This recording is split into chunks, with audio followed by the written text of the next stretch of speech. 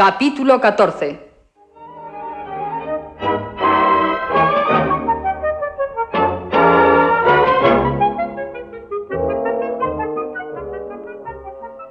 Era ya Sevilla teatro demasiado estrecho para las miradas ambiciosas y para la sed de aplausos que devoraban el corazón de María. El duque, además, obligado a restituirse a la capital, deseaba presentar en ella a aquel portento cuya fama le había precedido. Pepe Vera, por otra parte, ajustado para lidiar en la plaza de Madrid, exigió de María que hiciese el viaje, y así sucedió en efecto. El triunfo que obtuvo María sobrepujó al que había obtenido en Sevilla. Su marido estaba confuso, el duque embriagado. Pepe Vera dijo un día a la cantaora: Caramba, María, te palmotean como si hubieras matado un toro de 7 años. Estoy rodeada de una corte numerosa que me abruma. Son muchos los extranjeros distinguidos que se hallan en este momento en la capital. Unos vienen a oírme por darse tono y otros por seguir la corriente moderna. Pero no consigo sentirme muy a gusto en medio de este gran círculo. Aunque haya mucho más elegancia en tu talante y mejor gusto en tu modo de vestir, dicen que no ha cambiado tu índole fría y altanera. Soy como soy y nadie podría cambiarme, Pepe. También se comenta que por las noches en las tablas, cuando el reflejo de las luces blanquea tu palidez, aumenta el realce de tus ojos negros y apareces más bella que nunca. Comentarios de los periodistas. Pero no solo era de los periódicos. Madrid entero hablaba entusiasmado del arte y la belleza de María. El duque estaba de tal modo fascinado por aquella mujer, en cuyos triunfos le tocaba alguna parte, y tal era el entusiasmo que su cante la inspiraba, que no tuvo inconveniente en pedirle que diese lecciones de canto a su hija. Porque él hacía propósitos de respetar a la mujer que había introducido en la escena resbaladiza y brillante que pisaba. Se había casado con Leonor cuando los dos eran muy jóvenes y habían tenido una niña cuando él solo contaba 22 años. La reserva y la austeridad de la duquesa la alejaban de las diversiones y ruidos del mundo, a los cuales, por otra parte, no tenía la menor inclinación. El duque pudo entregarse largo tiempo al atractivo que María ejercía sobre él, sin que la más pequeña nube empañase la paz de su hogar.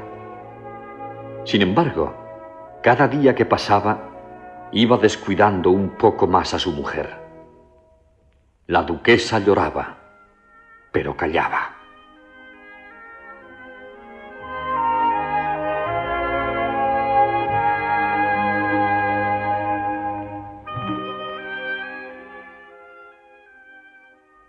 ¿Sabéis que ha llegado el célebre cantor Tenorini a Madrid y que ha manifestado su empeño en ser acompañado por una voz digna a la suya? No digas más, Rafael. Esa voz será la de María. Exacto, prima. Has dado en la diana. Dionino Tenorini, alias el Magno, dicen que no ha nacido de vientre de mujer, sino de un huevo de ruiseñor. Su espléndida y ruidosa carrera empezó en Nápoles, después pasó a Milán y de allí sucesivamente a Florencia, San Petersburgo y Constantinopla. A la sazón llegaba de Nueva York, pasando por La Habana, con ánimo de dirigirse a París, cuyos habitantes, furiosos por no haber dado todavía su voto decisivo sobre tan gigantesca reputación, habían hecho un motín para desahogar su bilis. Magnífica ocasión para María. Y mientras Marisalada participaba con el gran cantante de la desaforada ovación que le ofrecía un público puesto de pie, se representaba una escena de diferente carácter en la pobre choza de la que ella saliera un año antes. Pedro Santaló yacía postrado en su lecho, y desde la separación de su hija no había levantado cabeza. Tenía los ojos cerrados, y no los abría sino para fijar sus miradas en aquel cuartito que había ocupado María. Todo allí permanecía en el mismo estado en que su hija lo había dejado. Colgaba de la pared su guitarra, con un lazo de cinta que había sido color de rosa, y que ahora pendía, sin forma, como una promesa que se olvida, y descolorido, como un recuerdo que se desvanece. Vamos, vamos, tío Pedro. Olvídese de que es catalán y no sea tan testarudo. Déjese usted siquiera gobernar una vez en su vida y véngase con nosotros al convento, que allí no le faltará lugar. Allí podría asistirle mejor y no aquí, que está solo como un espárrago. Déjeme, tía María, déjeme. Don Modesto ya escribió 2 cartas a Marisalada y se han puesto en el correo, que dicen que es la manera que lleguen más presto y con más seguridad. No vendrá. Pero vendrá su marido, y por ahora eso es lo que importa. Ella. Verá, tío Pedro, cómo también viene. Pues claro que sí. Pero no tiene usted que ser terco y tomar las medicinas y venirse con nosotros. ¿Ve usted? Ahora ya tengo que marcharme y usted se queda aquí.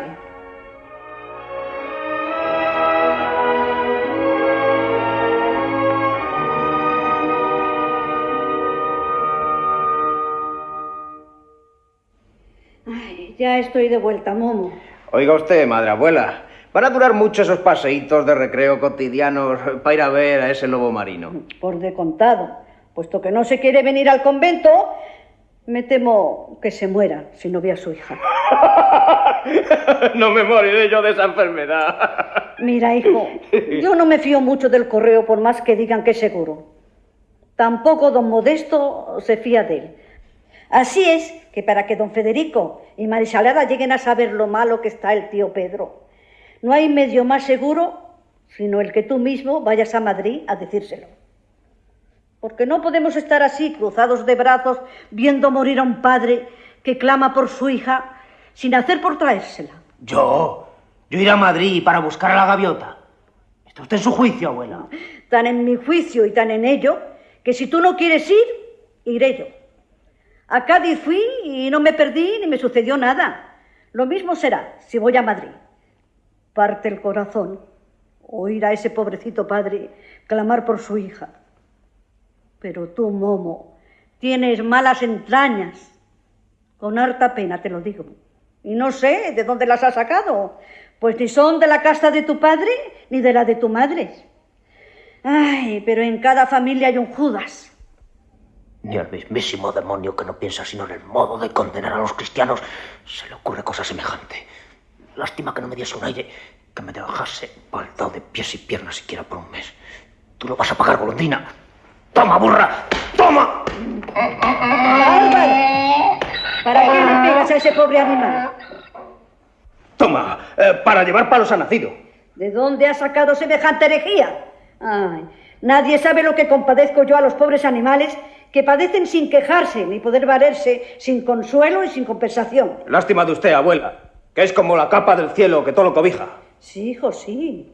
Ni que permita Dios que yo vea un dolor sin compadecerle, ni que sea como esos desalmados que oyen un ay, como que no oye llover. Que diga usted eso tocante al prójimo, anda con Dios, pero los animales, ¿qué demonio? ¿Y acaso no padecen? ¿Y acaso no son criaturas de Dios? Calle usted, abuela, que aquí llega mi padre. Madre, ¿cómo está el tío Pedro? Mal, hijo, mal. Se me parte el corazón de verle tan malo, tan triste y tan solo. Le dije que se viniese al convento. ¿Pero qué? Más fácil es traerse al fuerte de San Cristóbal que a ese cabezudo. Preciso es que el hermano Gabriel se mude allá con él. Y también que Momo vaya a Madrid a traerse a su hija y a don Federico. Sí, que vaya. Así verá mundo. ¿Yo? ¿Cómo he de ir yo, padre? Con un pie tras otro. ¿Tienes miedo de perderte o de que te coma el cancón? Lo que pasa es que no tengo ganas de ir. Pues yo te las daré. Pero con una vara de acebuche. Estás mal mandado, ¿eh? Pues yo te aseguro que vas a ir y mañana mismo. Está bien. Tendré que ir a la fuerza.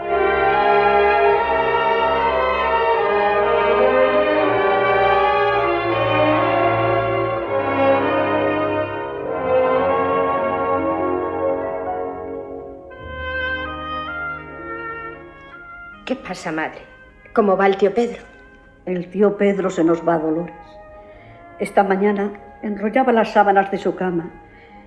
Y eso es que está liando el hato para el viaje del que no se vuelve.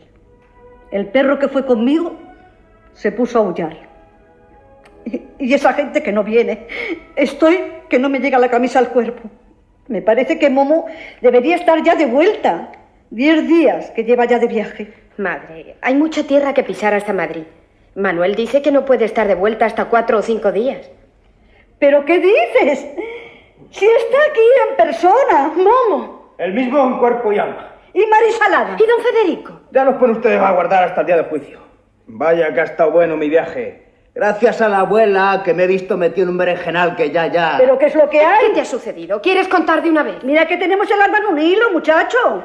Fui a Madrid y cuando me vi solo en aquel cotarro se me abrieron las carnes. Cada calle parecía un soldado, cada plaza una patrulla. Con la papeleta que me dio el comandante fui a una taberna, donde topé con un achispao amigo de complacer y me llevó a la casa que rezaba el papel.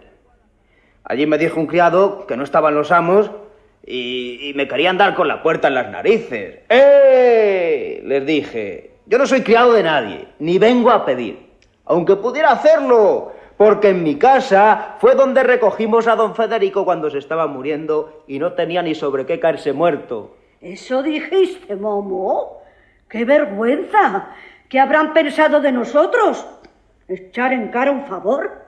¿Quién ha visto eso? Y dije más. Cuando su ama se puso mala, para que ustedes se enteren, por correr y desgañitarse sobre las rocas como una gaviota que era, mi abuela se la trajo a casa. Los mostrencos aquellos se miraban unos a otros riéndose y me dijeron que venía equivocado, que era hija de un general de las tropas de don Carlos. ¿Se entera usted? Puede darse más descarada embustería. Decir que el tío Pedro es general. El tío Pedro tenía servido al rey. ¿Y qué pasó? Al avío les dije que la razón que traigo urge y lo que quiero yo es largarme presto y perder a ustedes, a sus amos y a Madrid de vista. ¿Y qué te contestaron? Nicolás, dijo entonces una moza que tenía trazas de ser tan farota como su ama, lleva este ganso al teatro. Allí podrá ver a la señora. Cuando hablaba de mí decía ganso, fíjense. Y cuando hablaba de la tuna de la gaviota decía señora. ¿Y fuiste con él? ¿Fuiste con el Nicolás a ese sitio? El Nicolás se puso el sombrero y me llevó a una casa grandísima, muy alta, que era modo de iglesia, solo que en lugar de cirios tenía unas lámparas que alumbraban como soles. Alrededor había unos asientos en que estaban sentadas más tiesas que usos más de 10.000 mujeres puestas en feria como redomas en botica. Abajo había tanto hombre que parecía un hormiguero. Mi madre, yo no sé de dónde salió tanta criatura. Pues no es nada, dije pa' mi chaleco, las hogazas de pan que se amasarán en la villa de Madrid. Pero asómbrense ustedes, toda esa gente había ido allí, ¿a qué? A oír cantar a la gaviota. Ya decía yo lo que valía. En todo esto no veo motivo para que hayas vuelto tan aprisa y tan aturdido. Ya voy, que no soy una escopeta. Ahora voy a empezar el relato. Vamos, todo lo que sucedió.